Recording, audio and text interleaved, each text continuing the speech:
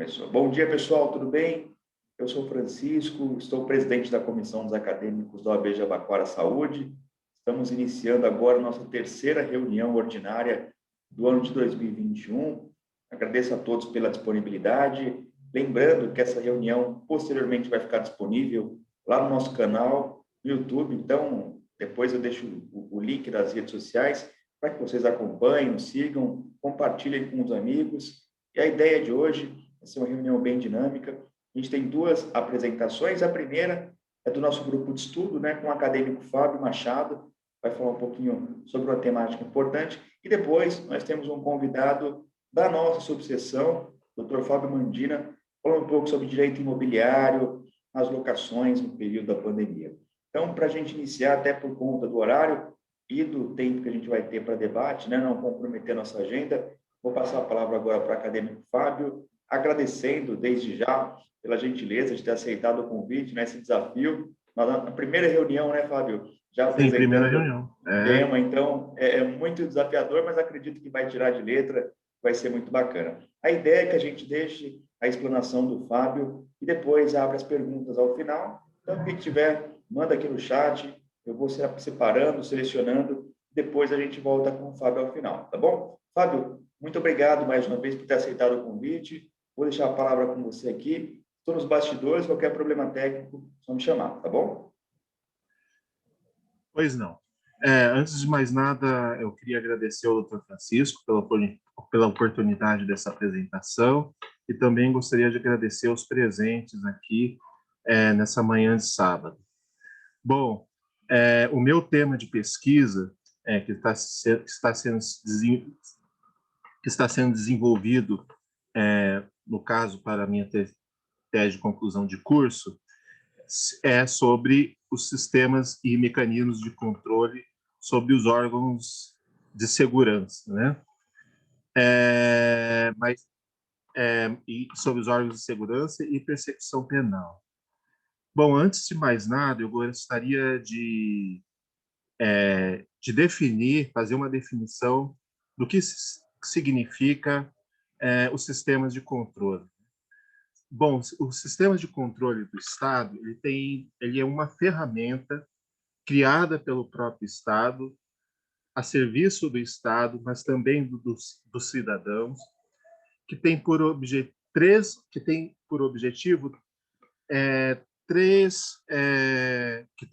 objetivos, O primeiro deles é garantir o bom funcionamento, fiscalizar e garantir o bom funcionamento das instituições públicas, não permitindo desvio. O uso foi interrompido. Então, existe uma teoria, que também vou falar mais para frente, do fato do príncipe. Essa teoria ainda não é adotada aqui no Brasil, na nossa jurisprudência, é adotada no direito administrativo e vem começando a ser acolhida no direito do trabalho. No direito civil e na locação ainda não é adotada, mas eu entendo que para o comércio, nesse atual momento, bem cabível, eu vou falar um pouquinho sobre isso, tá bom? Inicialmente, vamos lá, a lei de locação ela tem regramento especial, na lei 8245 de 91, mas não podemos esquecer que antes de qualquer advogado que atue na área imobiliária, ele tem que ser um civilista primeiro. E o livro do direito das obrigações e a teoria geral do contrato vai valer para o contrato de locação. Esse conhecimento, que é onde eu acho que pecam muito ao levar ao judiciário, não discutir a base contratual, é o que vai gerar decisões que nós vamos falar, nossa, que decisão absurda lá na frente, porque é o advogado que cabe fundamentar a peça, levar as reclamações de juízo. Como eu falei, a seção do direito de uso sobre um bem. Então, o principal ponto do contrato é o uso, a contraprestação, o pagamento do aluguel. Como ficam as partes quando esse uso para de ser permitido, por força externa e alheia à vontade dos contratantes. Por isso, eu entendo que, no fato do príncipe, você vai suspender os efeitos do contrato. Quem alega, não, mas o imóvel, as coisas do comércio estão dentro do imóvel ainda. Espera aí, a finalidade não é depósito. A finalidade do contrato é o uso comercial do bem. Então, é uma coisa bem a ser discutida e estudada. O contrato ele é comutativo, sinalagmático, né, gera efeitos e obrigações para ambas as partes, que é a cessão do uso e a contraprestação na pecúnia. Contrato contínuo e sucessivo, o que é muito interessante. Não dá para discutir uma resolução contratual quando você está analisando qualquer tipo de contrato, seja não residencial, seja residencial, por causa da pandemia. Principalmente porque o contrato normalmente tem um prazo de validade. Então, antes de discutir resolução e que a pandemia possa gerar efeitos no contrato, a gente vai ver qual é o tempo de contrato, a expectativa das partes de duração desse contrato, se é possível a prorrogação desse contrato ou não. É diferente um contrato que faltam 6 meses para sua conclusão e um contrato que ainda faltam 20 meses para o seu término. Tá? Os princípios contratuais aplicáveis, sempre a boa-fé, a função social do contrato, e aqui, quando eu falo em função social do contrato, a lei de locação, ela tem fim, a função dela, o princípio principal dela é, a proteção ao social. Quando ela foi feita, foi lá em 1990, na época que a economia não tinha muita força, a moradia, a aquisição de propriedade era difícil, o financiamento não era fácil, e por isso criaram uma lei permitindo e protegendo muito o locatário. Né? Tem esse viés de proteção do locatário muito grande, é uma lei que não permite muito ajuste contratual, ela já tem as regras próprias, né? Os contratos devem ter sempre a eticidade, a força obrigatória das convenções, a segurança jurídica e a intervenção mínima do Estado. Em fevereiro, já começando a falar da pandemia, foi editada a Lei 13.979, né, que criou a permissão dos governantes a adotar o isolamento e a quarentena. E é aí que vai impactar realmente nas relações locatícias. Tá? Existem a primeira tese que é aplicada é a imprevisão e onerosidade excessiva. Eu estou colocando aqui os artigos 317, 478, 479 e 480 do Código Civil, que vocês vão ver exatamente na parte das obrigações. Eu falo que antes de analisar qualquer tese imobiliária, você precisa dar uma olhadinha nessa parte de direito das obrigações. Tá? O 317, ele fala que quando, por motivos imprevisíveis, sobrevier desproporção manifesta entre o valor da prestação devida e o do momento da sua execução, poderá o juiz corrigi-lo a pedido da parte, de modo que assegure, quando possível, o valor real da prestação. Aqui eu já começo falando que não dá para adotar. Por que não dá para adotar? Porque o mercado ele ainda está instável. A revisão de um negócio, ela depende de uma estabilidade de mercado. Qual é o valor ideal? Não se apura o valor de um locativo apenas pela renda da parte. Tá? E você ainda é tão cedo ainda que a gente não sabe qual vai ser o mercado, ele vai se ajustando com os valores de aluguel. Como é que falar em desproporção numa questão de um ano, eu acho muito cedo. E isso, principalmente, já começaram a adotar lá no começo ainda. Com 2 meses de pandemia, já estava sendo adotada essa tese. Por isso que eu acho que é muito incipiente ainda. 478, aqui é onde eles mais focam, e eu vou falar o porquê eu sou contra. Ele fala o seguinte: nos contratos de execução continuada ou diferida, que é o caso do contrato de locação, se a prestação de uma das partes se tornar excessivamente onerosa, o comércio fechado passa a ser, a prestação acaba ficando onerosa. A queda do ganho financeiro para a pessoa que tinha uma renda na parte residencial também passa a ser onerosa. Né? Aí fala, então, excessivamente onerosa, com extrema vantagem para a outra. Em virtude de acontecimentos extraordinários, imprevisíveis, que é o caso da pandemia, poderá o devedor pedir a resolução do contrato. Tá? Então, vamos lá. Primeira coisa, eu já falei sobre a resolução. Eu entendo que não cabe pedir resolução por causa do prazo contratual. Quanto a... Ele não tem uma palavra ou, ele cria alguns temas. A execução continuada, prestação excessiva, extrema vantagem para outra parte. Tá? Então, tem que ter... Eu entendo que tem que ter os 3 elementos. Tá? Eu não estou vendo a extrema vantagem para o locador receber o aluguel mensal da forma como foi pactuada. Então, por não ter essa extrema vantagem, eu entendo que não cabe aplicar o 478, principalmente com a questão da resolução também, que eu entendo que o contrato é diferido, é com execução continuada, não dá para você falar em resolução imediata de um contrato. Tá? Ele fala no 479 que a resolução poderá ser evitada oferecendo modificar equitativamente as condições do contrato. Aqui é ideal a aplicação desse artigo 479, num acordo extrajudicial, que eu acho que é o caminho, sempre foi o caminho desde o começo. Vamos lá para o próximo aqui. O caso fortuito, que é a tese que eu entendo aplicável. O devedor não responde pelos prejuízos resultantes do caso fortuito ou força maior, se expressamente não se houve por eles responsabilizado. O caso fortuito de força maior verifica-se no fato necessário, cujos efeitos não era possível evitar ou impedir. Por que eu entendo a aplicação do caso fortuito? Porque ele não é causa de resolução, afasta a responsabilidade, né, do locatário. Então, você utilizando o caso fortuito, você permite o pagamento diferido do aluguel. Não estou pedindo uma redução do aluguel, estou pedindo para pagar para frente, parcelado, em formas menores, e sem sanção, sem multa, e sem a pena do despejo também. Porque não é culpa minha, não estou deixando de pagar porque eu quero.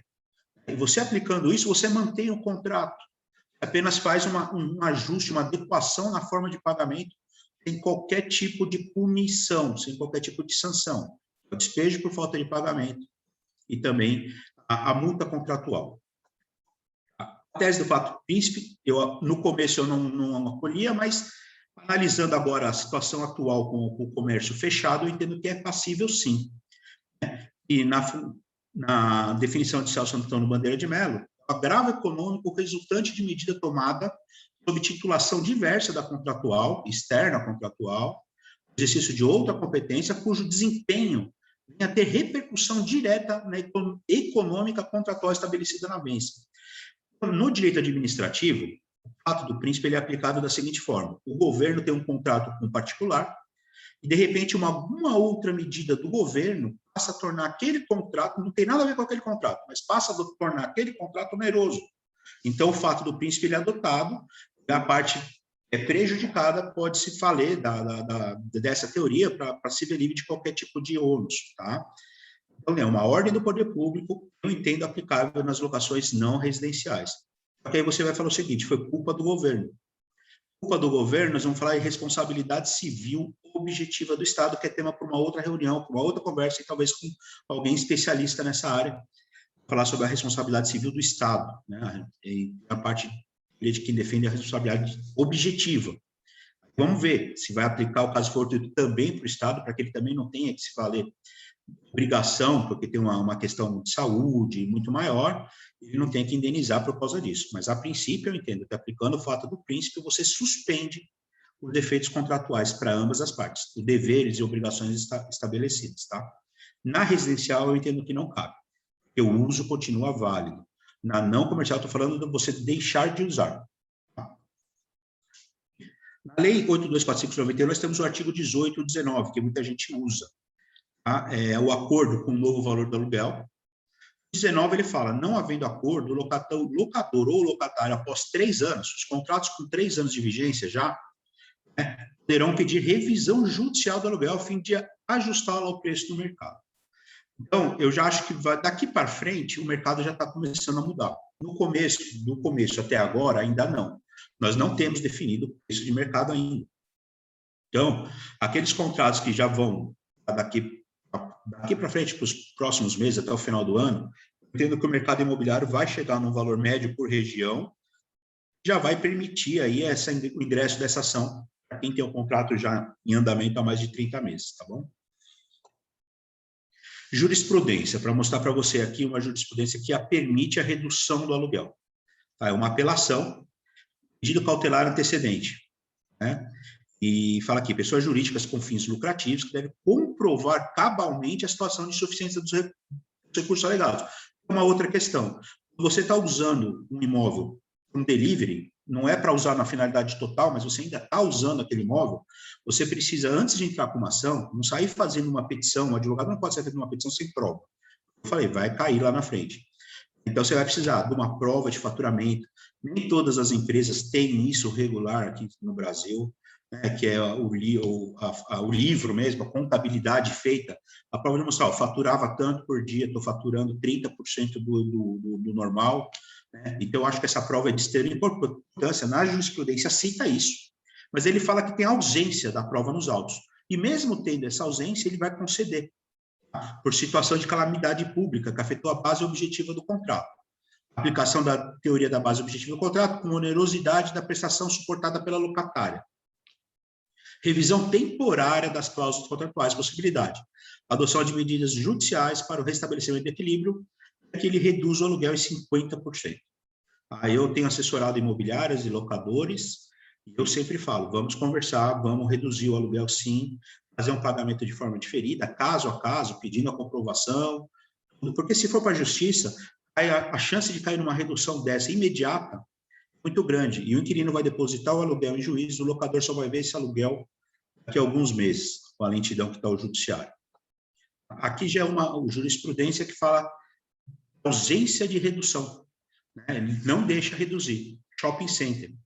Shopping center, para quem está acostumado com a área de locação, é diferente. Ele não usa as mesmas regras, né? E a própria Lei 8245, ela permite convenções mais amplas entre as partes, tá? Ele é mais flexível com esse tipo de relação.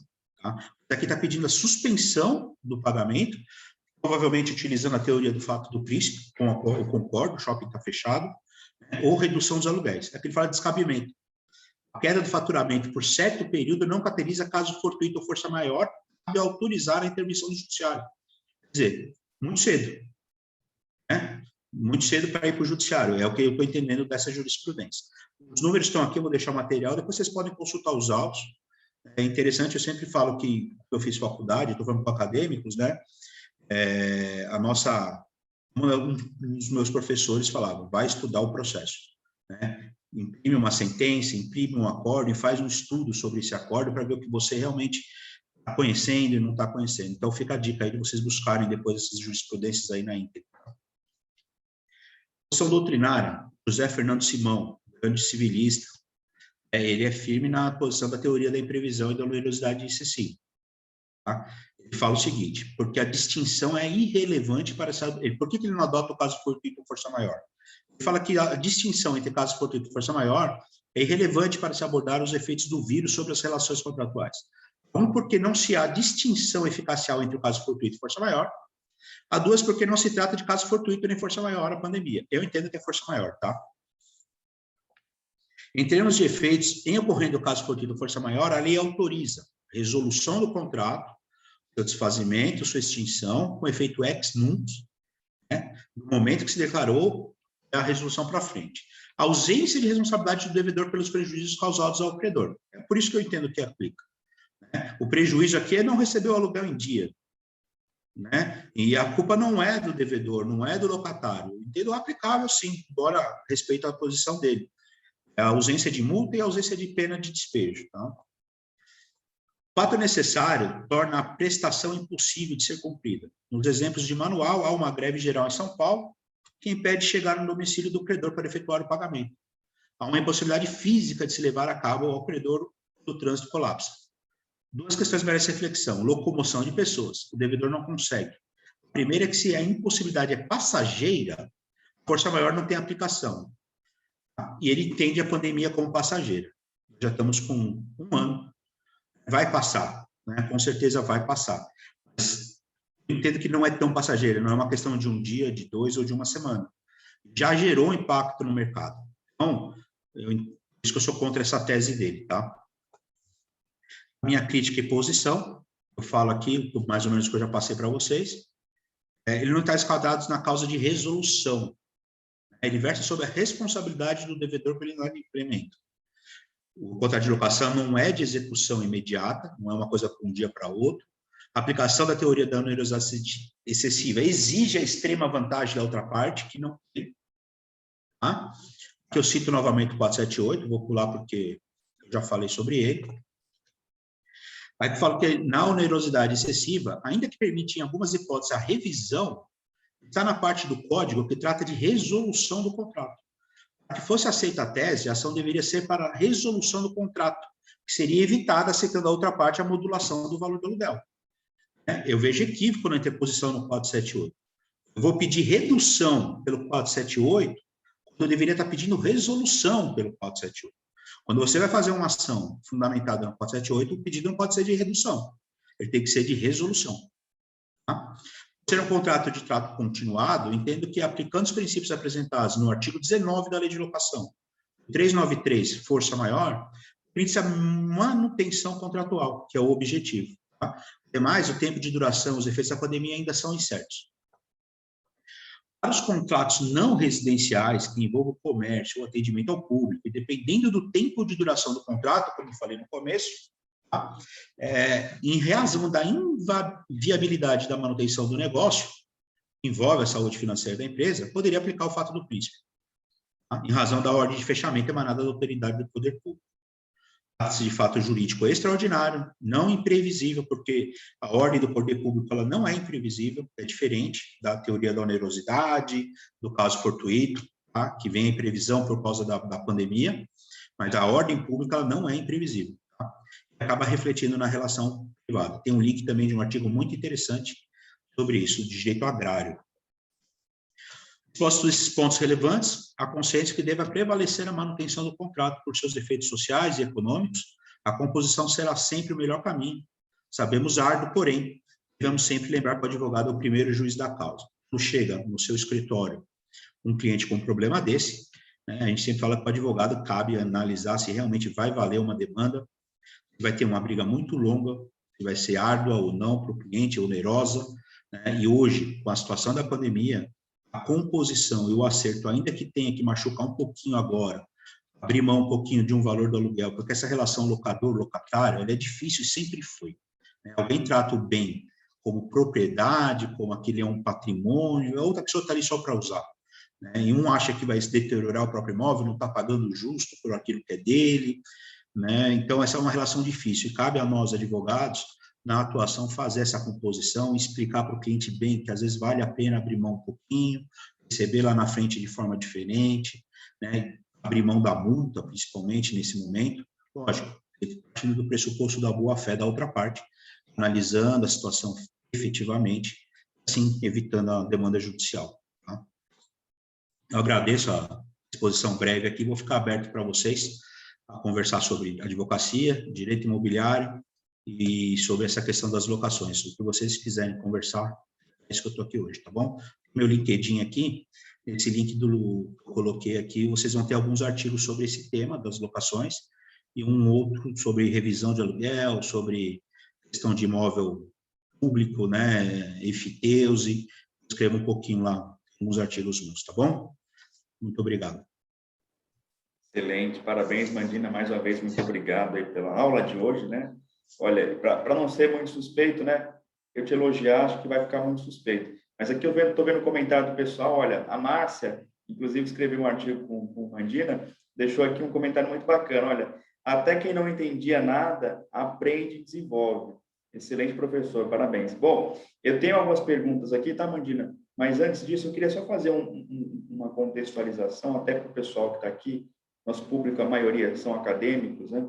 Eu queria que você contasse um pouquinho, para quem ainda está na graduação e tem algum interesse pela área do direito imobiliário, se há alguma recomendação, já desde agora se preparar de alguma forma, ou deixa para uma pós-graduação, se teria algum conselho aí para o pessoal que quer seguir a carreira no direito imobiliário? Vamos lá, passar um pouquinho da minha experiência, né? Por que eu estou no direito imobiliário? E porque nos 15 anos de advocacia eu cheguei no direito imobiliário efetivamente nos últimos 5 anos. Tá? Na graduação, eu fiquei focado no direito civil. A gente estuda todas as matérias, mas eu fui focado no direito civil desde o primeiro ano. Eu adoro o direito civil. Né? O meu escritório hoje ele trabalha com direito imobiliário, direito de família, sucessão, planejamento patrimonial. Mas lá no começo eu era auxiliar de escritório, num escritório de advocacia. Só que eu não fazia faculdade ainda. Isso lá no começo dos anos 90. E eu trabalhava dentro de uma imobiliária que ficava dentro do escritório, administrando aluguel, essas coisas. Então, eu tive um pouco mais de praticidade desde o começo na parte de direito imobiliário. Mas, quando você abre um escritório no começo de carreira, o que vai aparecer para você de direito imobiliário é ação de despejo e ação possessória. Integração de posse, um contratinho de comodato, que você vai emprestar um imóvel, né, para alguém que precisa fazer esse contrato, contrato de locação. O que mais aparece? A gente pega muito no começo de direito do consumidor, assessoria empresarial, né, que é o que paga por mês, porque quando você vai assessorar uma empresa, ela te paga uma mensalidade, e isso é um grande, porque quem está começando, uma ajuda absurda. Você acaba prestando uma assessoria completa para uma empresa e recebendo esse dinheiro. Eu passei por etapas no meu escritório nesse sentido. E a ação de despejo é uma ação tão simples no começo, que é uma ação que você faz com 3 páginas. Né? O advogado faz uma ação, com 3 páginas fez uma petição. Não é aquela ação que você fica escrevendo uma coisa muito longa, muito extensa. Ela não atrai, ela não é um atrativo muito grande. E eu fui carregando a minha advocacia nesse sentido e comecei a assistir palestras na OAB, de direito imobiliário, principalmente. Lá na OAB Central, o Dr. Marcos Vinícius Kikunaga, que foi coordenador da minha pós-graduação, ele era presidente da comissão de direito notarial e registral lá na OAB. Eu acompanhava as palestras, sempre temas interessantes, fui fazendo uma palestra aqui, outra ali. Sem querer, naturalmente, fui me envolvendo. Aí, depois, após 10 anos, eu resolvi ingressar nessa área, já buscando e já percebendo que a judicialização, para quem atua no direito imobiliário, ela é exceção. Tá? O direito imobiliário, para que ele possa ser um direito proveitoso, ele é de solução extrajudicial. São vários os ramos. Tá? Você tem a pessoa que cuida de parte de loteamento, você tem o pessoal que acompanha a aquisição de propriedade, assessoras imobiliárias, né, construtoras, você tem reurbanização. Hoje você tem um leque muito grande, tem a parte de direito notarial, registral, importantíssimo. A minha pós-graduação foi de direito imobiliário com ênfase em notarial e registral. Porque conhecer o cartório, um advogado que atua com direito imobiliário é de extrema importância, porque é atuando no cartório que você evita a judicialização. Você conhecendo bem esse sistema, você consegue trazer segurança, você consegue trazer publicidade para todos os tipos de negócio, e aí você evita muito, demais a judicialização, e o cliente quer a solução rápida. Um processo no Brasil demora muito, então o que o cliente quer é essa solução mais rápida. A minha dica fica, primeiro, estudar bem o direito civil, a parte de obrigações, principalmente, capacidade das partes, lá no começo mesmo, né? O livro 1, livro 2 e o livro 3. É muito importante conhecer essa base para que você possa depois ir para o imobiliário e começar a atuar nesse sentido. Maravilha. Bom, nós temos aqui algumas perguntas pontuais, tá, Mandina? Eu vou ler a primeira da Luíse e se você quiser fazer alguma ponderação também, fica à vontade, tá? Bom, agradece pela palestra. Ela tem uma dúvida para uma pessoa que mora de aluguel em uma casa e essa casa está criando mofo nas paredes e começa a atingir a saúde dela. Essa pessoa ela pode solicitar a reforma imediata ao locador? Caso o locador se negue, é possível tomar uma outra medida judicial, por exemplo? Sim, vamos lá. O mofo, uma casa, normalmente, ele é de questão estrutural. Né? Você vai fazer uma análise. Qual é o conselho? É fazer essa análise e ver a origem do mofo. Se ela é de questão estrutural ou não. Se ela for de questão estrutural, cabe sim comunicar ao locador e abrir a oportunidade inicialmente para que o locador faça o reparo, venha fazer essa análise, traga um profissional de confiança dele. Caso ele se negue, aí sim, você vai poder. É a sua opção. Mandar reformar, correto? Fazendo orçamentos, 3 orçamentos, tomando uma cautela muito grande de fazer um laudo, porque não dá para tirar foto simples. Acho que é temerário apenas bater foto, então, se for chamar um profissional, faça um laudo, né, demonstrando de onde está vindo isso, essa origem, se está vindo de baixo da terra, se está vindo do telhado, e telhado também é estrutural e tem que saber a origem do problema. Tá? Você vai poder fazer, tiver capacidade de fazer, vai poder fazer e pedir a restituição desse valor, seja no abatimento do aluguel, seja até mesmo, sim, aleatório ao aluguel, cobrando o locador na via legal.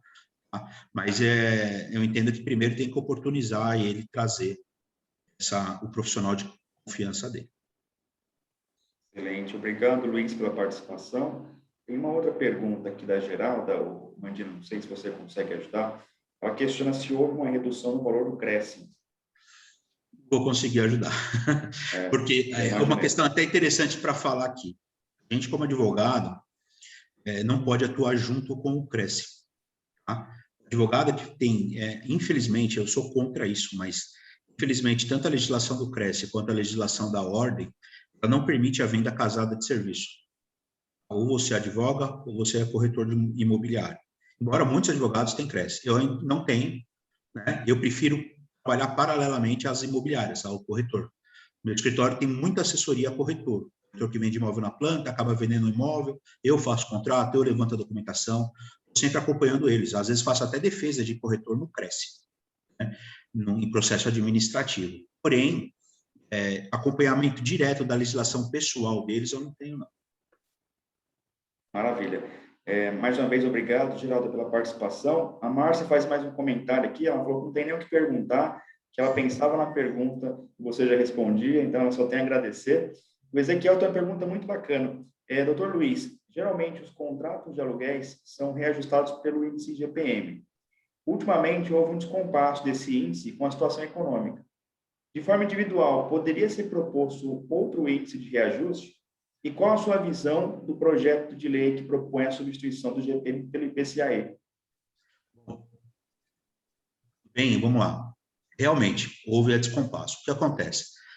A lei de locação ela não apresenta um índice de correção de aluguel. Nunca apresentou. Tá? O mercado adotou o IGPM. O IGPM que veio sendo adotado durante todo esse tempo, lá no começo, ele corria do lado da inflação. Hoje, ele não tem. Hoje está em 30 e poucos por cento uma correção do IGPM. Né? Você pega o IPCA que estão... Por que veio o IPCA? O IPCA não é índice para corrigir aluguel. Né? É consumidor, é diferente. O IPCA está sendo aplicado porque é o que está mais refletindo a inflação no momento. Né? IGPM, a composição do IGPM, 4% só, quando eles vão fazer o cálculo do IGPM, apenas 4% é o aluguel. Entre a questão de cambial, entre o próprio IPCA, entram outros índices que vão compor o IGPM, o INCC. Tá? Então, o aluguel mesmo ali é só 4%. Então, ficou muito oneroso, realmente. Quem forçou essa aplicação de IPCA foi o quinto andar. Eu sou um pouco contra a plataforma, desculpa falar, né? A forma é fácil trabalhar, mas ali gera uma impessoalidade, um trato muito genérico dos contratos, que eu acho que não é ideal. Mas, porém, para quem gosta da praticidade, vale, né, do serviço. Eles decidiram, eles iam aplicar IPCA em todos os contratos dali para frente, não aplicariam mais o IGPM. Isso veio forçar o mercado todo a ir atrás disso e adotar o IPCA. Qual é o problema desse projeto de lei? Se você me permitir, eu tenho ele aqui. É um artigo e as exposições que eu entendo totalmente inócuas. Por quê? Vai falar que o IPCA é limite de teto e não que tenha que ser aplicado o IPCA. Tá? E dá limite no IPCA. Porém, no parágrafo único, ele coloca que as partes podem ajustar índice superior, superar o teto. Ficou meio vago, na minha opinião. Acho que vão acabar aplicando o IPCA, o limite do IPCA, nos contratos residenciais, onde há uma certa hipossuficiência do locatário, né? Mas não vão analisar dessa forma nos não residenciais, porque o próprio parágrafo único vai permitir que esse contrato possa ser fixado em outro índice superior ao IPCA. Aí vai uma dica de contrato, porque eu daria uma aula sobre, é um tema muito interessante de bate-papo, a importância do contrato. Né? O contrato foi assessorado por um advogado, todo mundo quer pensar nas cláusulas, ninguém nunca lembra dos considerandos. Antes de fazer cláusula contratual, tem que botar lá no comecinho os considerandos, em que situação aquele contrato está sendo firmado. Se o contrato, eu estou fixando um índice superior ao IGPM, ou ao IPCA, desculpa, né? Essa pessoa é hipossuficiente para entender que é superior? Não.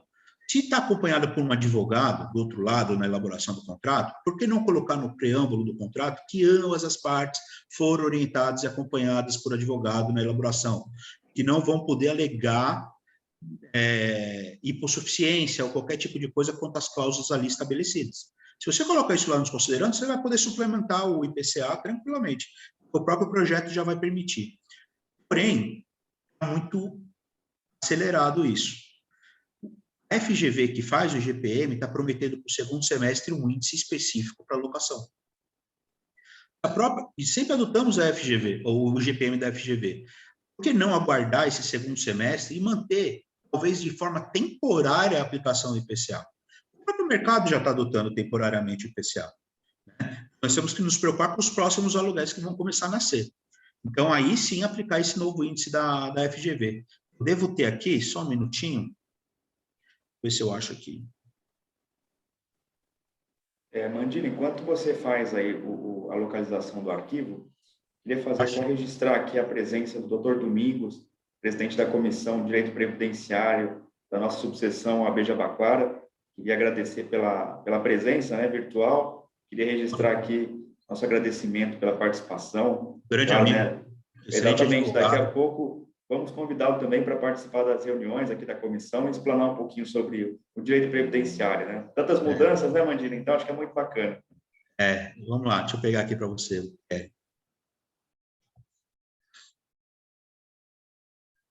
Apareceu? Apareceu? Vamos lá. Aqui. Esta lei altera a Lei 8245, né? Inclua-se o seguinte parágrafo único no artigo 18 da Lei 8245. O índice de reajuste previsto nos contratos de locação residencial e comercial não poderá ser superior ao índice oficial do país, medido pelo IPCA. Quer dizer, ele não está dizendo que vai ser o IPCA, não pode ser superior ao IPCA. O outro que venha a substituí-lo, no caso de sua extinção. Permitida a cobrança de valor acima do índice convencionado, desde que com a anuência do locatário. Quer dizer, você bota um limite, você permite que pode cobrar acima. Não entendo a finalidade desse projeto. Eu estou instituindo um limite, ao mesmo tempo estou permitindo que se cobre acima. Eu acho que vai acabar caindo no que eu falei, na hipossuficiência ou não. Tá? Aqui você vem na justificativa e fala o seguinte: os inquilinos, como é mal redigido, desculpa, mas não sei quem assessora isso, mas a justificativa de um projeto de lei. Os inquilinos estão desesperados com os índices de reajuste dos contratos de aluguel nesse período de pandemia. A lei do inquilinato prevê a negociação do valor do reajuste entre locador e locatário, sempre prevê essa livre negociação, é o que ajusta o mercado. Todavia, essa livre negociação vem trazendo prejuízos ao locador. A livre negociação está trazendo prejuízo ao locador. Acho que o momento é de preocupação com o locatário e não com o locador. Né? O índice vem sendo utilizado nos contratos, aí ele fala que deu 25% e o outro é 5%. Né? Então, o estabelecimento com parâmetro do IPCA para o limite do valor que poderá ser celebrado entre as partes é uma forma de justa de reajuste dos contratos, o custo de vida. Só que, como eu falei, ele é um índice de inflação, não é sobre o mercado imobiliário. Eu acho que o mais ideal é aguardar aí o segundo semestre e ver qual será esse novo índice da FGV que vai surgir. Perfeito. Bom, eu não estou registrando mais nenhuma pergunta aqui, só o pessoal fazendo os agradecimentos. O Nivaldo falou que não tem nenhuma pergunta, que realmente não tinha conhecimento sobre o tema, mas pelas explanações ficou com um gostinho de quero mais. Tá parabenizando aí o professor Mandina. E professor, eu queria só deixar um comentário, na verdade, se o professor quiser fazer alguma ponderação. O senhor acredita que agora, com essa esse novo normal que a gente está vivendo, né? Audiência virtual, processos agora que a gente vai ter, o balcão digital, em relação ao direito imobiliário, o quinto andar que o professor citou, por exemplo, é uma nova atuação das imobiliárias? O senhor acredita que agora as imobiliárias vão migrar realmente para esse tipo de atuação ou não? Não, eu acho que as imobiliárias já atuam de forma um pouco virtual, com disponibilidade de acesso do cliente pela internet, né? Eu sou meio contrário a essa parte, porque você dá grande força para grandes empresas, como o Quinto Andar vem com dinheiro lá de fora, né? Não é um capital nacional, e esse tipo de empresa, ela mata o mercado imobiliário. Né? As pequenas imobiliárias, elas não vão ter muita força. Eu sou meio contrário. Vejo o Quinto Andar trabalhando com um jovem. Né? O cara que é mais novo, que está mais acostumado com a internet, quer facilidade, praticidade, e está usando esse tipo de ferramenta. A pessoa que é mais antiga, aquele senhorzinho que aluga o imóvel, está preocupado se o locatário pintou o imóvel dele, se arrumou a jardineira dele, esse tipo de cara não dá para tratar com o Quinto Andar. E eu tenho um pouco de temor quanto a contrato, as regras contratuais. Quem é o cliente do Quinto Andar? O locador ou o locatário? Na imobiliária, normalmente, o locador é o cliente. A imobiliária é uma procuradora do locador. Ele sabe muito bem que o imóvel é o objeto dele de trabalho, e não o locatário. né? No quinto andar, você, tanto o locador quanto o locatário, ele não está olhando quem está certo e quem está errado. Ele quer fazer o negócio girar. Se o locatário sair e alugar outro na própria plataforma, para ele está bom. O locador é que se dane nesse momento, desculpa o termo, mas eu vejo mais dessa forma. O novo normal na advocacia imobiliária, lado que eu acho bom, tá? Assinatura digital, assinatura eletrônica. Hoje você vai fazer uma escritura de compra e venda, né? Fugindo aqui já da locação, que eu atuo também com essa assessoria para compra e venda. Hoje você vai num cartório, você não precisa mais abrir aquela firma escrita. Você faz pelo e-notariado. Você tendo a firma aberta pelo e-notariado, você vai passar a escritura da sua casa. Você pode estar nos Estados Unidos, você pode estar na Europa, você vai passar uma escritura de compra e venda. E acho que a tendência é essa do mercado, você passar a fazer tudo online, né? Então, as partes vão começar, vai no cartório, em vez de abrir a firma normal, abre a firma do e-notariado, receber um aplicativozinho no celular, vai lá tirar sua foto, sua digital, tá cadastrado, você passa de onde tiver, você faz um negócio de dentro de um carro, por exemplo. Então, essa praticidade hoje nós temos aí a cadastro de registro civil nacional, né? Você consegue puxar a certidão do Brasil inteiro pela internet, né? O envio, hoje você faz um divórcio no judicial, uma partilha de bens, você não precisa fazer mais o formal de partilha lá no judicial, você vai no cartório de notas, abre lá tem um guichê que vai te atender, um escrevente que vai te atender, você abre o teu processo e ele faz o formal de partilha. Pode fazer tanto físico, imprimir esse formal de partilha, ele pode fazer na forma eletrônica, já remeter para o registro de imóveis, formal de partilha, sem ter todo aquele trabalho de emissão de papel, tudo isso, são as novidades, acho que, do novo normal, que está ajudando muito a advocacia. Principalmente, já voltando para a advocacia do dia a dia, adorei da consulta online, né? Não imaginava que seria bom. O cliente abre aqui, dá uma consulta, paga a consulta, faz um Pix antes, faz aquele Pix antes da consulta, abre aqui um link para ele no Zoom, no Meeting, qualquer um, e atende. Pessoalmente, conversando, dá 1 hora de atendimento tranquilamente. Acho que isso ajudou bastante. Aproveitando, Mandinha, quer comentar um pouquinho sobre as audiências virtuais, aí, como tem sido a atuação, especialmente na área civil, né? Tem sentido alguma dificuldade? Tem achado melhor? Tem ajudado a vida na advocacia, né? Ajudou bastante, principalmente a audiência de conciliação, né? Eu já sou um pouco reticente com a audiência de instrução, né? Porque quem sabe que na hora H você consegue sentir nervosismo da outra parte, você consegue entender a cara do juiz, ele está gostando do que está se falando, se ele não está gostando do que está se falando. Essa sensação da audiência presencial e conhecer a situação, é o momento, né? Isso se perdeu um pouco, né? Você perde um pouco a oralidade, a questão do sentir e conduzir, postura.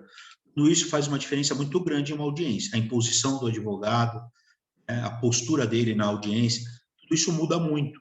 Acho que aí ficou prejudicado. Eu fiz já a audiência de instrução, mas a de conciliação acho que foi o que fluiu melhor. Eu também, dando a minha opinião agora, eu atuo um pouco mais na área trabalhista, né? Então, assim, as audiências de conciliação, audiência inicial, têm sido bem tranquilas e têm ajudado muito, né? Até para dar andamento no processo. Agora, as de instrução, realmente, a gente, inclusive, tem peticionado lá pelo escritório, em alguns casos, para que seja presencial, mas, via de regra, o juiz ignora, fala que tem que comprovar o problema técnico e acaba levando-a para a audiência. E aí, se realmente o testemunho não consegue conexão na hora, ou a parte não consegue conexão, é que ele adia. Mas, via de regra, eles têm insistido pela audiência de instrução virtual também. Mas eu acho que isso não tem mais volta. Não tem mais volta, por mais que eu não goste da instrução, acho que não tem mais volta. Mas num lado é bom, você não sai do escritório, você poupa um tempo gigantesco. Eu sei aí no começo, principalmente lá no começo de carreira, que meu escritório era no Campo Belo, em São Paulo, hoje é na Saúde, né? Mas antigamente era no Campo Belo, não tinha o metrô do lado.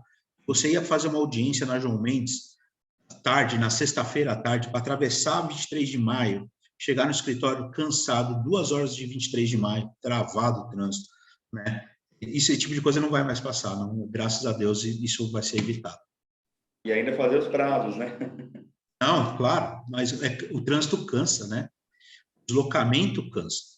O transporte público, mesmo de qualquer forma. Bom, a Kaline fez 2 comentários aqui. Ô, Mandy, não sei se você quer fazer alguma ponderação. ela fala, essa PL dá a entender que foi proposta por quem loca o imóvel, e por isso acho injusto não receber o valor devido, sem se importar com o inquilino e suas condições financeiras. Depois ela complementa que o quinto andar só tem vantagem de ser digital, porque tem muitas coisas que não compensam, fora que os valores fogem da realidade do país. Então, primeiro ponto, entendo que não, eu acho que essa PL é feita na urgência, porque como funciona isso, essa questão de PL? Né? Os deputados, os partidos, eles precisam mostrar serviço. Eles ficam pedindo para advogados, assessores, alguns escritórios de conhecido, cria um PL para mim, faz um projeto de lei sobre esse assunto para mim. São os escritórios que fazem. Eu não sei como é que está sendo esse tipo de assessoria. Existe um projeto de lei, eu não acho que é do locador, não, eu acho que é mais... foi feito mais para poder aparecer um projeto na urgência. Tá? O mercado imobiliário que defende muito o locador, eu faço parte do IBRADIM, né, da comissão de locação lá no IBRADIM, que é o Instituto Brasileiro de Direito Imobiliário. Tá? Muitos colegas lá trabalham para grandes empresas, né, locadores e tudo mais. Eles são contra o PL também. A maioria, ela é quase unanimidade, contrariedade a esse PL. O ideal é que o mercado se ajuste. Né? Não venha o governo fixar parâmetro para isso. É o que busca, assim, o entendimento. Deixa o mercado ajustar e achar o índice dele. Né? Quanto ao quinto andar, já expus aqui, né? Tem a parte da vantagem do digital, mas a parte de contrato mesmo eu sou um pouco reticente. Maravilha, perfeito. Bom, eu acredito que a doutora Eliane também, presidente de uma das comissões para a nossa OAB Jabaquara, entrou agora. Queria registrar também aqui o agradecimento, né, por participar da nossa reunião. Até a Geralda brinca aqui, né? Se o seu escritório fosse um pouquinho mais perto, Mandina, ela ia pedir uma vaga de estágio lá. Então, depois eu deixo o contato do professor Mandina, quem quiser. Pode deixar, mandar um e-mail, né? Vou botar aqui para ela o meu e-mail, tá? Posso colocar? Por favor, Mandina. Se quiser deixar, de repente, o Instagram também, para o pessoal te seguir lá, Mandina. Sim, o Instagram do escritório, tá? Tá bom. É Mandina_Pereira, acredito que seja isso. Mas eu acho que não tem ninguém com esse nome lá também. Né? E no LinkedIn vai ter meus artigos lá, tá bom? Eu estou desenvolvendo o site do escritório, os artigos ainda não estão no site, mas no LinkedIn vocês encontrarão os artigos sobre o que a gente conversou aqui. Perfeito. Pessoal, queria só questionar mais uma vez se alguém tem algum comentário, quer fazer mais alguma pergunta, até para liberar o professor Mandina também, para outros compromissos, né? A gente tem um horário aqui combinado com ele, para também não passar muito... Não tem problema. Sabe o que eu vou fazer daqui a pouco? Eu vou... Aqui que não aparece, né? Eu vou protocolar, vou na porta de um prédio entregar uma notificação para um inquilino. Sabadão, né? Começou bem. Maravilha. Mandina, acho que não tem mais nenhuma consideração do pessoal aqui no chat. Eu ia só deixar as suas considerações finais. Seu último conselho aí para o pessoal, né? Os acadêmicos que estão aí na luta, né? Pela advocacia, daqui a pouco atuando na área. Você quer deixar algum conselho para o pessoal que está começando agora? Abracem a advocacia com carinho, estudem bastante. Né? A advocacia vocês não vão deixar de estudar nunca, né? Não pode parar. Com o tempo, é natural que no começo vocês vão estudar de tudo, pegar um monte de tipo de serviço e acabar estudando um pouco de tudo, que é bom, cria uma base. O bom advogado é aquele que conhece os princípios do direito, tá? Quem consegue ter facilidade de compreensão com o direito, estudou bem os princípios do direito, principalmente na área civil. Você vai entender o porquê que as coisas estão acontecendo e por que o processo está seguindo dessa forma. Naturalmente, depois, com o desenrolar da profissão, aí eu aconselho procurar especialização, para que aí você possa cobrar até mais pelo seu serviço, porque verificar que nem sempre a judicialização é o caminho para ganhar dinheiro. Às vezes um processo dá mais trabalho e nunca o financeiro recompensa. A solução rápida extrajudicial é o foco, quem atua nessa área do direito imobiliário, mas que a especialização ela vem com o tempo. Se o foco for especializar o escritório, a sua advocacia, façam isso com o tempo, primeiro criem uma base. Se o foco for acadêmico, você quer dar aula, quer seguir para outro tipo de área, já vá seguindo já desde a pós-graduação, buscando pós-graduação, doutorado, mestrado, já vá para esse lado, tá? Porque tem essa diferença, né? O dia a dia, porque nem sempre o advogado no começo de carreira, ele consegue ter tempo para o estudo efetivo, né? Às vezes o escritório demanda um pouco, então acaba tendo que estudar muita coisinha e não tem tempo para uma pós-graduação, alguma coisa nesse sentido, ou até mesmo ganho financeiro, o escritório precisa te sustentar isso. Quando o escritório paga a sua pós-graduação, é excelente. Você já está ganhando dinheiro suficiente para estudar e para se especializar. Acho que é isso.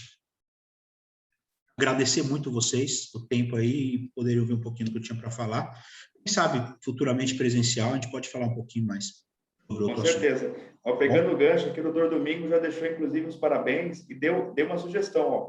Próximo tema pode ser revisões de financiamento imobiliário. Então, já deixou aí um gancho para a próxima reunião, quem sabe presencial, né, Mandina?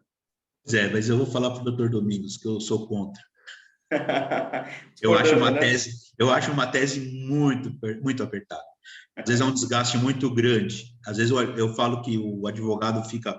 Já vi muito advogado vender tese de revisão imobiliária, a gente não perder o imóvel e não avisar o cliente que lá na frente ia ter que pagar tudo.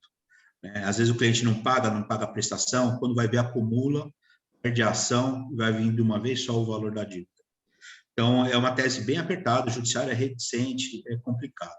Mas tem gente que defende essa tese e eu acho importante discutir, né? Vamos debater, né, Mandina? Com certeza. Vamos debater. Maravilha. Pessoal, queria então deixar registrado aqui nosso agradecimento ao professor Mandina pela excelente explanação de hoje, uma aula, na verdade, né, sobre o tema. Fica aqui o convite para próximas reuniões, né, professor? E quem quiser participar da Comissão de Direito Imobiliário, Mandina, tem algum contato para mandar? Manda no seu e-mail. Esse e-mail que eu deixei pode me passar. O que a gente faz? A gente primeiro participa de uma reunião, né? A gente percebe que participou de uma, duas reuniões, a gente inclui no nosso grupo da subseção de WhatsApp, e nesse grupo a gente só discute temas de direito imobiliário.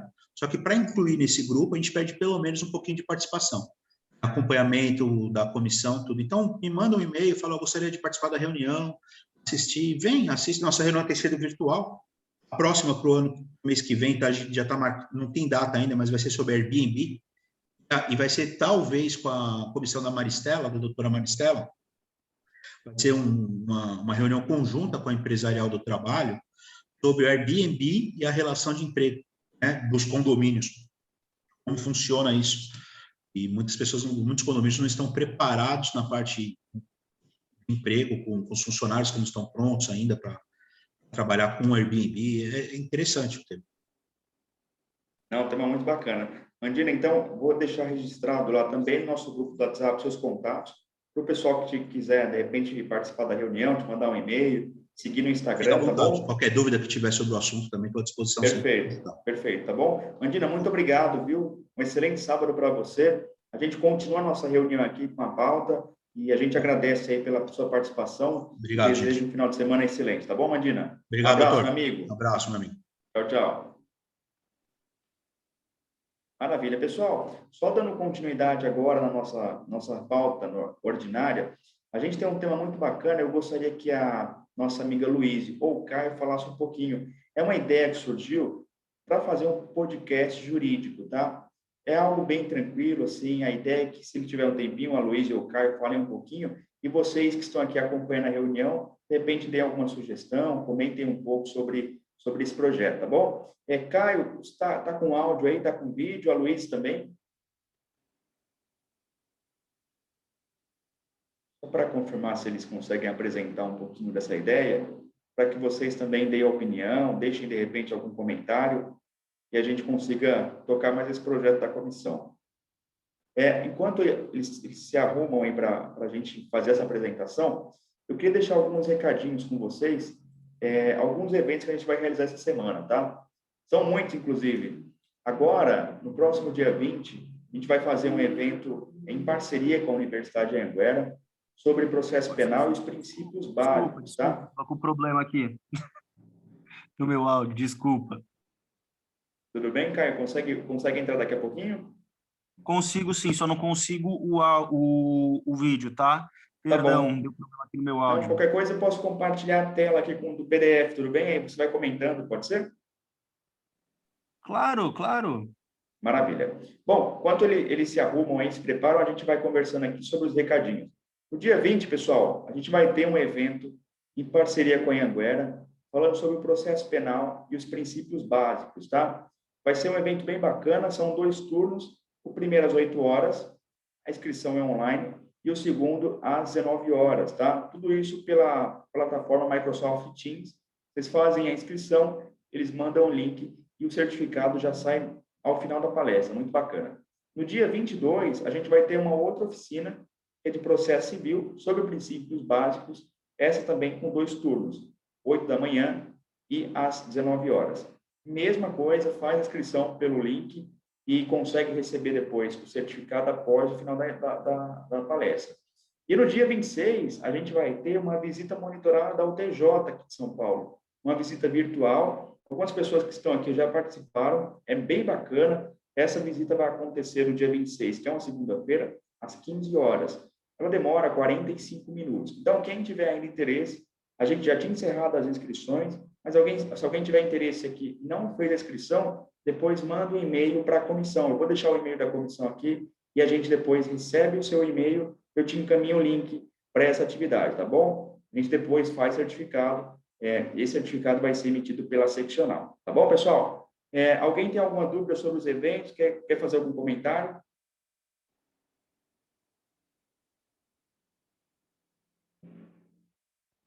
Maravilha. Acho que ninguém tem mais nenhuma dúvida. Caio, tudo bem por aí? Posso compartilhar a tela aqui para você? Perfeito, perfeito. Consegui arrumar aqui o áudio. Só Maravilha. Não. Pode falar. Então, pessoal, como eu tinha conversado com vocês na última reunião que nós tivemos, né? Eu estava de trazer um retorno sobre a questão da São Judas para ver se ela aceitava fazer uma parceria conosco para um possível podcast e tudo mais. Enviei o e-mail e eles confirmaram, né, Francisco, e tudo mais, e a gente desenvolveu um projeto piloto na qual eu e a Louise, tá, assim, a gente estava lá totalmente juntos, e a gente só gostaria de compartilhar com vocês para ver se todos apoiam, né? E derem ideias para nós também, para como é que vocês querem que seja, como é que funciona, que nós queremos que todo mundo participe. Trata-se de um podcast jurídico, tá bom? Sobre nossa fundação, a comissão acadêmica, né? A gente colocou ali Caio Vinícius e Louise Maria de Veras, tá bom? A parte mais difícil que está até o momento está o nome, que a gente não A gente foi procurar, tem muitos podcasts jurídicos, né? Assim, a gente pensou em direto ao ponto, mas parece que já tem, era o mais legal, ao meu ver. Aí tem direito simplificado, então nós estamos aceitando ideias, tá? Esse daí foi um logozinho simples, que eu acho que tem a ver com a ideia do projeto, que vocês vão ver, tá bom? O objetivo, ele é 100% de levar, né, que tem tudo a ver com a nossa comissão, que é de levar, que é junto com o artigo 205, que é justamente da Constituição Federal, que é justamente de levar educação e conhecimento para toda a sociedade, no nosso caso, conhecimento e educação jurídica, né? E vocês vão ver que o intuito é de levar, sim, de forma leve, totalmente tranquila. Os meios serão totalmente eletrônicos, né, através do YouTube, Spotify, Instagram, mesmo Facebook e as demais plataformas digitais. A forma de modelo que a gente pensou, eu estava até conversando com a Luísa, ele está muito inspirado naquele Flow Podcast. Claro que não vai ter, tirando as questões ilegais, né, que a gente sabe que tem.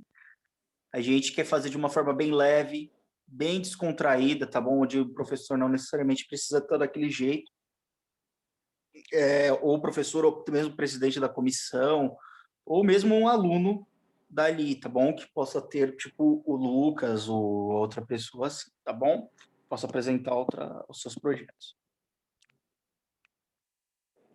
Como vocês podem ver aí, trata-se de um projeto, né?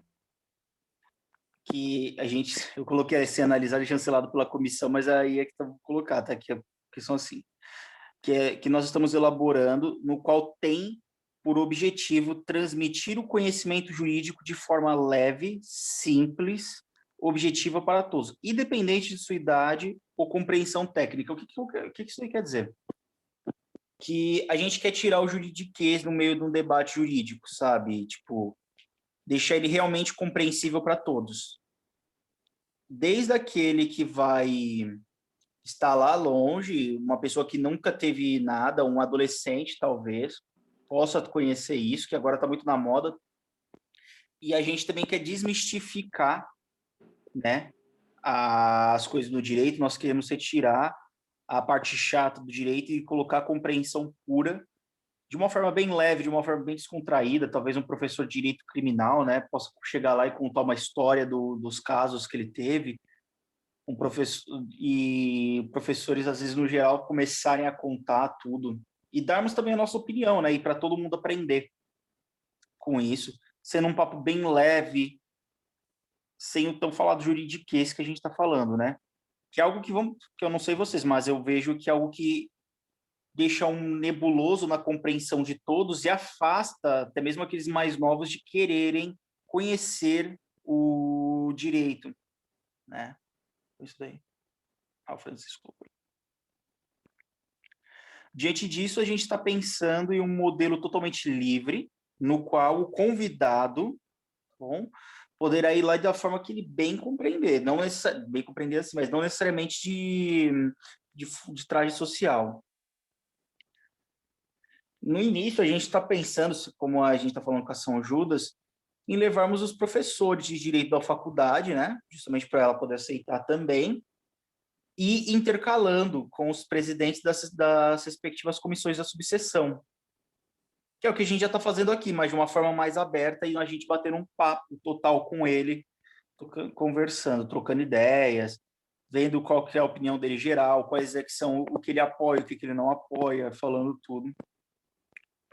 E sendo que o foco disso daí é justamente de fornecer e auxiliar todos os acadêmicos, né, do Brasil, assim, de São Paulo, nos termos do artigo 205 da Constituição, que é de levar conhecimento, que foi o que a gente já falou ali. E também de firmar uma parceria entre a São Judas e a nossa comissão, né? Levando conhecimento técnico e jurídico, independente do grau técnico da pessoa ou localidade, porque vai ser totalmente pela via online. Então, uma pessoa que está aqui em São Paulo, uma pessoa que está lá no sertão, vai ter a mesma coisa, né? Vai ter a mesma qualidade. E poderá ter até mesmo aquilo que nós tivemos hoje aqui, né? Que é algo muito bom, diga-se de passagem, né? E com isso daí eu só queria saber, todo mundo gostou? Qual que é a opinião de vocês? Vocês acham?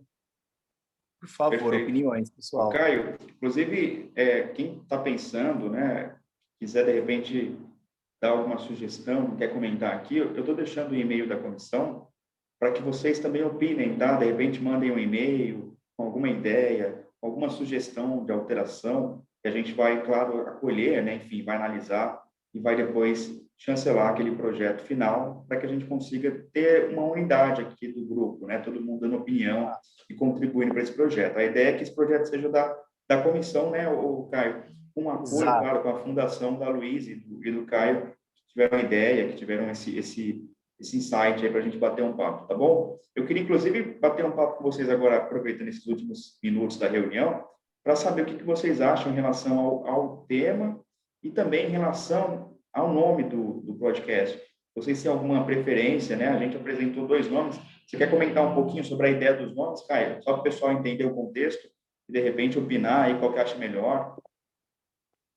Então, como a ideia é fazer algo totalmente livre, né, e sem muito problema, eu não pensei em algo de deixar gringo. Eu estava até conversando com a Luiz, de não deixar ele gringo. Tem que ser brasileiro, um nome em português e tal. A gente procurou de tudo. Direto ao ponto, já parece que direto ao ponto, os dois já existem. Direito de simplificado, isso, aquilo, foram os únicos que a gente não viu, foi esses 2 aí, mas estamos totalmente abertos, tá bom, pessoal? Por favor, deem opiniões aí de nomes que vocês têm, o pessoal é criativo mais do que eu nisso aí, e também de como deve ser a mecânica da coisa, pessoal, vocês têm total liberdade, por favor, é da nossa comissão, tá? O Marcelo não veio hoje. Nossa, pode crer, meu. O Marcelo seria bom, viu? Porque eu conversei com ele a última vez, Francisco, ele falou que ele ficou animado.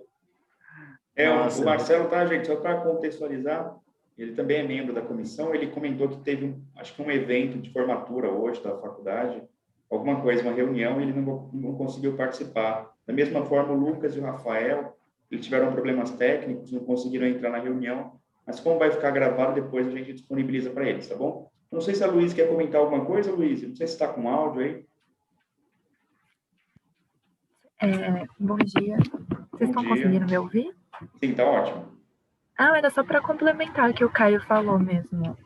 Nós demos algumas ideias, mas nada concreto. E o intuito do nome é mais para tirar a sensação de formalidade na conversa. A gente quer mais um bate-papo mesmo, como a gente tem aqui na comissão, como se fosse entre amigos, para trazer o interesse das pessoas voltado para o direito, de qualquer idade ou, enfim, classe, que a pessoa tenha o interesse de conhecer um pouco mais sobre o direito, de uma forma mais simplificada. Então, a gente está aberto aí para qualquer opinião com relação a nome, a logo, mais ideias. E um dos objetivos também é trazer alguns não todos, perdão, os acadêmicos para participar também dos podcasts. Não, boa. Olha, eu particularmente gostei de direito simplificado, né? Não sei se vocês já têm alguma opinião aí sobre o nome, mas eu achei bacana. Se de repente a gente não tiver nenhum problema com direito autoral, né? Se alguém já não tiver com esse nome de podcast, acho que é um nome muito interessante. Não sei se vocês têm alguma opinião já, Luiz e Caio, sobre os dois, né? Que estão aí. Se vocês têm alguma preferência? Viemos para cá justamente por causa disso. Eu pensei muito em direito ao ponto ou direto ao ponto, né? Que era algo para ser mais assim, mas o pessoal já pegou.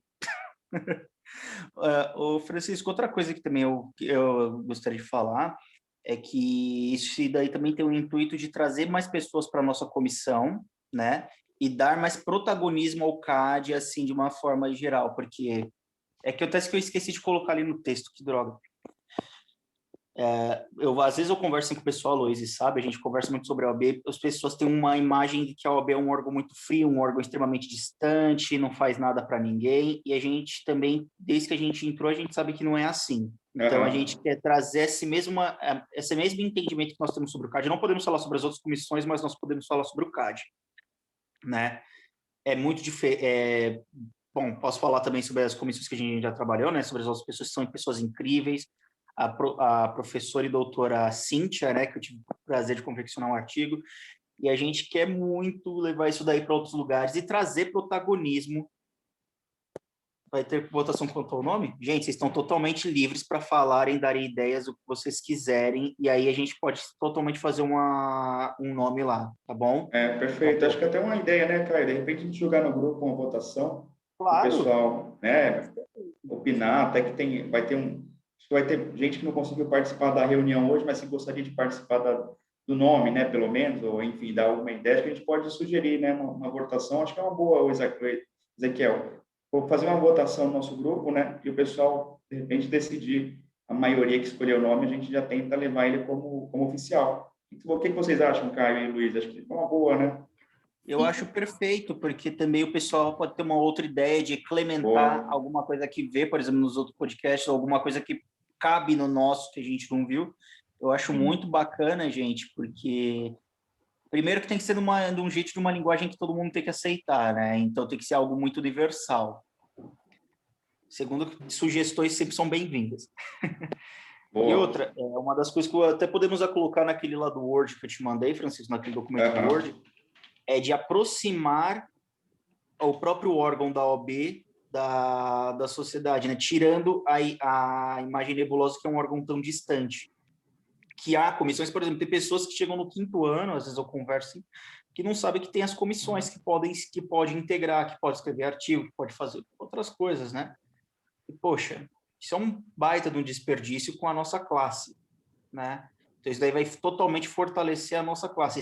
Esse é um dos intuitos, é fortalecer a nossa classe, aproximando a OAB, mas com o CAD sendo protagonista da coisa. Tá? Perfeito, não, achei bacana, achei muito bacana, Caio. Acho que a gente pode deixar, então, já tomei nota aqui para a gente fazer essa votação quanto ao nome. Mais alguém quer fazer algum comentário, gente, quanto ao conteúdo, de repente, alguma sugestão em relação à dinâmica da apresentação, né, Caio? Enfim, fiquem à vontade aí em opinar. A ideia é que vocês colaborem também, né? Exato. Não sei se a Geralda quer fazer algum comentário. Geralda, tudo bem? A nossa amiga Geralda fez um comentário aqui. Ela falou que tem, ó, bacana, tem professores da faculdade dela que tem disponibilidade para fazer, né? Então, acho que é interessante. A gente, como comentou, né? A ideia seria, no primeiro momento, dar oportunidade para o pessoal da Universidade de São Judas, né, Caio? Depois a gente conseguir abrindo um pouco para outros professores, sem problema nenhum, né? Até mesmo indicação dos acadêmicos aqui da comissão, né? Outro ponto, não pensarem que, por exemplo, eu e a Louise apenas estaremos lá. Nós queremos que todos estejam juntos, né, nas suas coisas. E falando também, claramente respeitando sempre a intimidade dos outros, né? Tem pessoas que não querem aparecer tranquilo, não tem problema. Seria legal, nós vamos incentivar, sempre espere isso, Francisco sempre faz isso, né? Sempre está nos desafiando aí, né, Francisco? Opa, vamos lá. O Fábio, acho que, Caio, você ia comentar alguma coisa? Eu ia só perguntar para o Fábio se ele quer sugerir alguma ideia ou, de repente, fazer algum comentário aí sobre o projeto. Fábio, que está começando hoje na comissão, Caio, então, é para ele já, inclusive, começou apresentando, né, no nosso grupo de estudo, então, queria agradecer mais uma vez e queria deixar a palavra para ele, se ele quiser fazer algum comentário, Fábio, sobre o projeto, enfim, dar alguma sugestão. Bem-vindo, Fábio. Ele deve estar sem áudio, talvez, deve estar com algum problema técnico, né? Maravilha. Bom, a Kaline, você quer comentar alguma coisa também? Quer fazer alguma sugestão?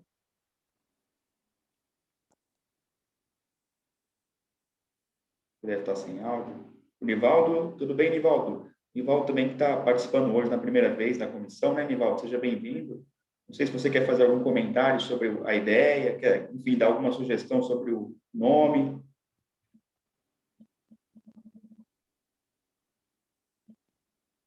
Ela comentou aqui. A Kaline falou, não, apenas sugerir um nome ao podcast. Ela comentou aqui, ó, podcast, o direito em sua forma simples. Aparentemente, esse nome não existe. Isso a gente realmente não viu.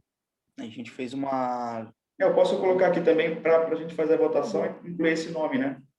Exatamente, eu acho bem bacana. Galera, podem ficar à vontade, inclusive para os mais artísticos, sobre o logo, tá? Boa. Sobre o logo, de verdade mesmo, a gente quer isso aqui, porque o logo eu só coloquei ali assim, porque eu falei, vai que... Aí eu coloquei, porque às vezes eu faço os trabalhos da faculdade, eu gosto de mexer no Word lá e fico fuçando, mas vocês têm totalmente, inclusive você, viu, Francisco? Pelo amor de Deus, se você vê alguma coisa bacana aí, fazer na uma verdade, coisa... eu pensei também em incluir a nossa amiga Aline, né, que é a nossa design. Acho que ela teria algumas ideias sobre o logo também, né? E, Isso, enfim, meu ali. a versão final do logo a gente poderia deixar para ela, né?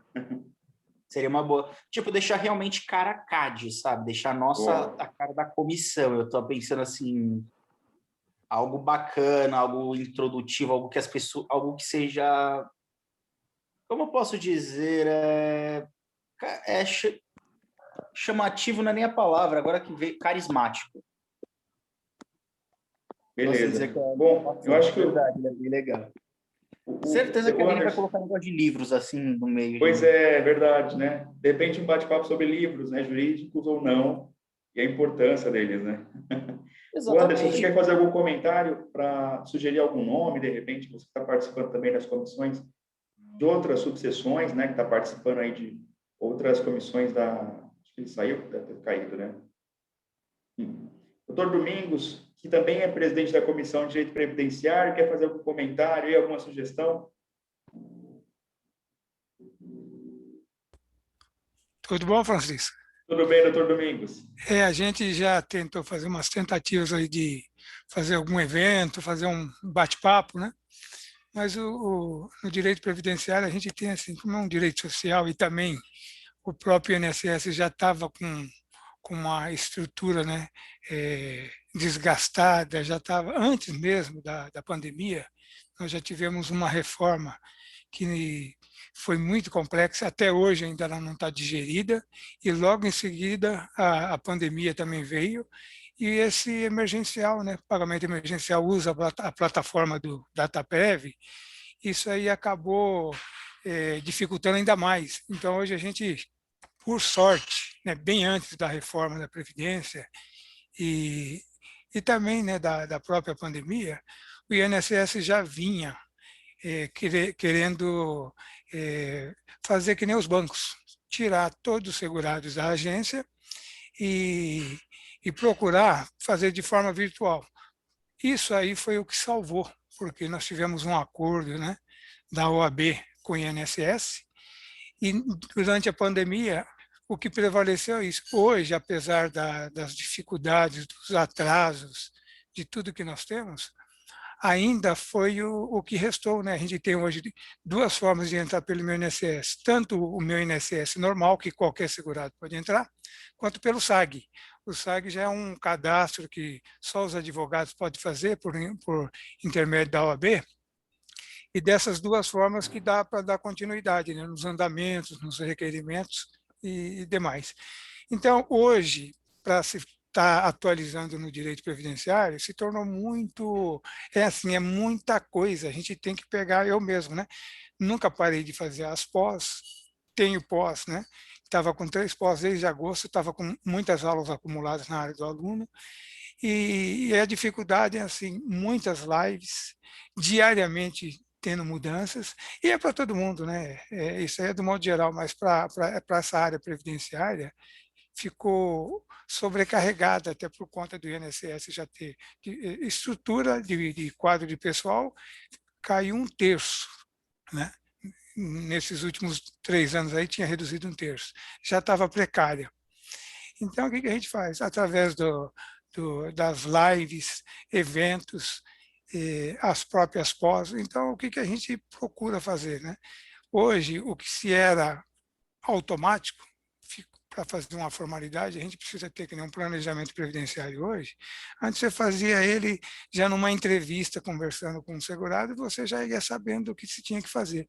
Hoje não, hoje você tem que colocar no papel, fazer uma entrevista, levantar dados, fazer um planejamento mais aprofundado e até estratégico, porque hoje você tem várias alternativas e até o cuidado de se fazer um planejamento previdenciário para o futuro, do que hoje está tendo as regras de transição e transitória, o que é melhor hoje não pode ser que seja uma armadilha para daqui 2, 3 anos. Então, o próprio direito previdenciário, a gente acabou assim atuando muito, a gente estava com a comissão mais aberta e acabou ficando mais grupo de estudos, até por conta dessas dificuldades do dia a dia. Então, nós retomamos, né, a reunião, tem uma reunião geral, que a gente vai divulgar ela mais aberta, que é uma vez por mês que estava. E as reuniões, né, de grupos de estudos, ela era menor, só que ela já era direto no ponto, né? Já era no caso concreto, com as dificuldades que os colegas tinham. E a reunião geral era mais para dar suporte para quem estava ainda estudando, fazendo a faculdade, ou se preparando, ou até mesmo vindo de outras áreas, né? Então a gente dava o caminho, olha, o melhor caminho é começar uma pós, pegar essas lives, orientação, ou ter uma estrutura, né? Um organograma mínimo básico para poder começar a levantar voo, né? E ver, se especializar dentro do direito previdenciário, procurar se especializar num determinado assunto, que se tornou muito complexo. Então, o objetivo nosso da comissão, ele tinha esse condom, né? Porque a gente, que nem hoje, no caso do Mandina, né? Eu até comentei em relação a revisões de financiamento imobiliário, mas por conta da pandemia, a gente não tinha uma inflação do jeito que estava tendo, que nem o IPCA e o INPC, ele passou a ser muito relevante. E, além disso, era uma correção que também estava casada com uma taxa de juros, né, fixa. Então, se você fez um financiamento imobiliário lá atrás, que a taxa por si só de juros já se pagava, a correção monetária ela passou a ser um multiplicador, né? Inviabilizou. E o Código de Defesa do Consumidor, ele tem né, em caso de onerosidade, essa parte que se torna, né, impagável. Então, nessa parte, existem essas revisões, embora tenha um contrato, né, que foi pré-estabelecido, assinado, tudo com toda a formalidade, mas o Código de Defesa do Consumidor, por outro lado, né, eu falei, se um banco ele pode colocar uma cláusula que a cada 3 meses, a cada 6 meses, a cada ano, se as taxas, né, caírem muito ou se suspenderem muito, eles podem propor para você, propor não, né, impor para você uma revisão. Então, é o que a gente fala, né, isso aí é bilateral, né, que a gente fala, se pode para ele, para o mutuário, mesma coisa. Então, era mais nesse aspecto, né, de rever, que nós tivemos assim, um caso de uma pandemia e um caso de uma inflação que, se não tinha muito tempo, voltou a ter. Né? Então, era mais nesses pontos. E no previdenciário, a gente tem vários tópicos, tu vai colocar um cronograma das reuniões, e a gente espera que ela fique mais aberta, e a gente vê cada dia mais, né, colegas querendo fazer parte dessa comissão, e que a comissão seja assim, aberta, semelhante ao que vocês estão propondo aí para a universidade lá do... Essa aí é de lá na São Moca, Judas. São Judas São fica na Judas, Moca. isso. Então, isso aí é eu acho que hoje as comissões, a gente antes fazia encontros de várias subseções, né? Várias comissões de outras subseções. Isso aí agora com o virtual, ele perdeu sentido, a gente tinha maior dificuldade para fazer com várias, né? Juntava aí 7, 8 subseções, isso aí com essa reunião virtual, ela facilitou. Né? Hoje você pode estar falando de uma subseção Jabaquara, mas como se fosse o todo, vai depender de quem participa. Né? Então, o Facebook, que a gente pega, fala assim, olha, se eu tiver lá o grupo de estudos, ou um Facebook, um grupo lá que praticamente está fechado, ele precisa ser aberto. Então, na hora de fazer um evento, que ele não seja um grupo de estudo, alguma coisa específica, ele pode ser numa plataforma dessa, que ele é mais aberto, mais abrangente e mais democrático, né, que todo mundo participa, e aí vem o interesse de se fazer alguma participação mais efetiva, ou se é algum caso que ele quer próprio, né, que ele quer ter conhecimentos, ou ver se é o que ele está querendo mesmo. Então, eu falei assim, a gente coloca, estamos abertos, e o que dificultou muito foi isso, né? Eu falei, eu com 3 pós que eu estava acumulado, uma de constitucional, 2 de previdenciário. E as lives, os eventos que a gente tinha no dia a dia, isso aí acabou assim, a gente acabou se fechando e se afastando, mas a gente tem que ter um replanejamento e saber conciliar e também saber ter foco, né, nesse aspecto.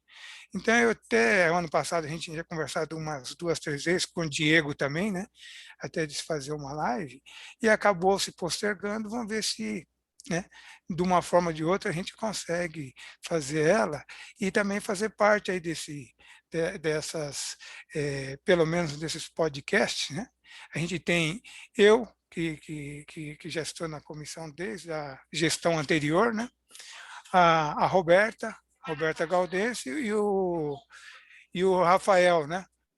O Rafael também, nós 3, pode fazer os 3 juntos ou pode fazer individualizado. Aí fica a critério de a gente colocar para vocês verem, né? Que nem o Rafael, final do mês ele vai falar sobre aposentadoria de deficiente físico, no dia 29 de abril, quem está no grupo. E no final de maio, né? Na última quinta-feira de maio, eu, né, fiquei de comentar sobre planejamento previdenciário, que o planejamento previdenciário, assim, hoje cabe um curso, mas assim, vou tratar de um assunto mais temático.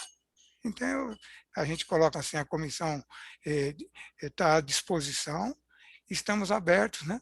E aí a gente vai procurar conciliar dentro dessa, né, dessa demanda que a gente tem aí, tanto de se atualizar diariamente, quanto de dar conta do recado na área previdenciária, e também na parte acadêmica, né?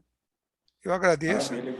Perfeito. Eu agradeço. Doutor Domingos, nós que agradecemos, na verdade, aqui pela disponibilidade, por ter participado da reunião, né, pessoal? E até para comentar aqui, o pessoal, inclusive, já está mandando aqui no chat para fazer um convite para o doutor participar de uma próxima reunião para falar um pouco do direito previdenciário, né? A gente tem vários temas aí em alta, né, em voga, então já fica aqui o convite registrado, depois a gente formaliza, claro, para ajustar com a agenda do doutor, tá bom?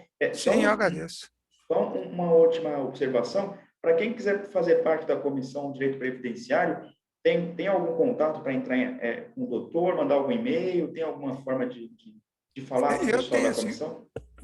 Normalmente a gente estava fazendo via site da OAB, e o próprio Evandro, o que ele falou? Falou, Domingos, nós colocamos, né, eu tenho o nome de mais de 10 pessoas, só que os nomes que foram colocados via inscrição, que era na parte do site da nossa subseção, ele estava sendo reformulado e se perdeu. Então, ele estava, todos os casos que ele tinha, ele estava acabando passando uma listinha para a gente, e aí a gente entrava em contato, colocava no grupo, né, um dos grupos que nós temos, que é esse de reunião geral, grupo mais amplo, que era da Comissão de Previdenciário, e tinha o grupo de estudos. Então, a gente tinha, num primeiro momento, ele estava, né, só nesse grupo. E aí, que eu estava vendo com o próprio Evandro, da gente,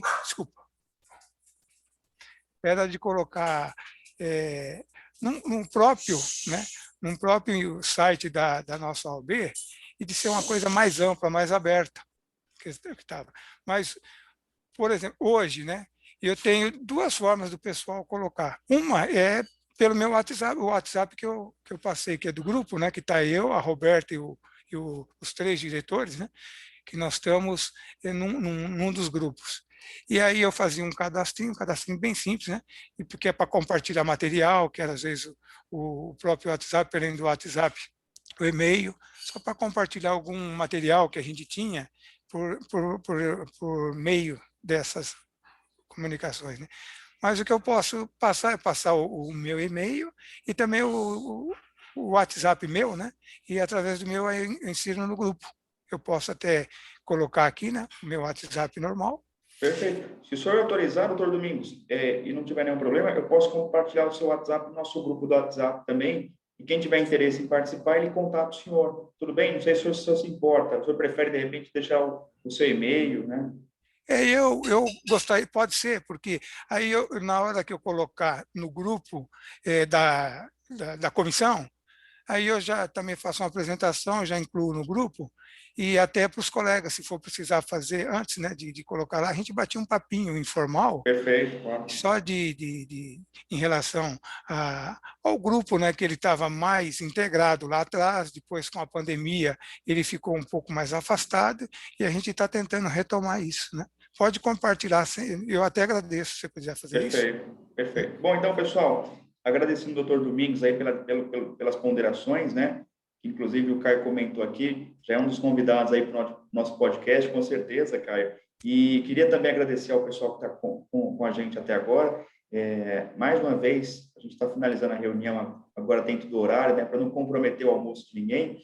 E em relação ao nosso podcast, como eu falei, dá um e-mail aqui, tá, gente? Por favor, quem tiver mais alguma sugestão, alguma dica, mandem lá para a gente por e-mail. É o comissão, eu vou colocar aqui de novo no chat, para que vocês consigam depois nos contatar, manda um e-mail. Olha, Francisco, tem uma sugestão de nome, ou de repente de dinâmica, né, Caio? E a gente conversa, fala com o Caio, fala com a Luíse, a gente tenta chegar a um consenso aí de um projeto final, tá bom?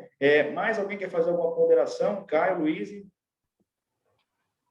Sim, gente, por favor, se manifestem, fiquem à vontade de todo mundo, nome, logo, ideia, participante, convidado. Por favor, se manifestem, a gente está aqui super aberto.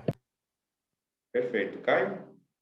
Só agradecer, tá bom, a oportunidade que está tendo conosco, viu, Francisco? Assim, a oportunidade que a comissão está tendo de abraçar esse projeto. Obrigado a todos aqui. Estava já conversando ali com a Kali ou Kelly? Eu acho que é Kelly. Kaline, né? Kaline. Obrigado, ela já está lá, já está fazendo, já percebi que a menina aqui. Pessoal, obrigado por estarem conosco. Ezequiel, né, está aí também falando.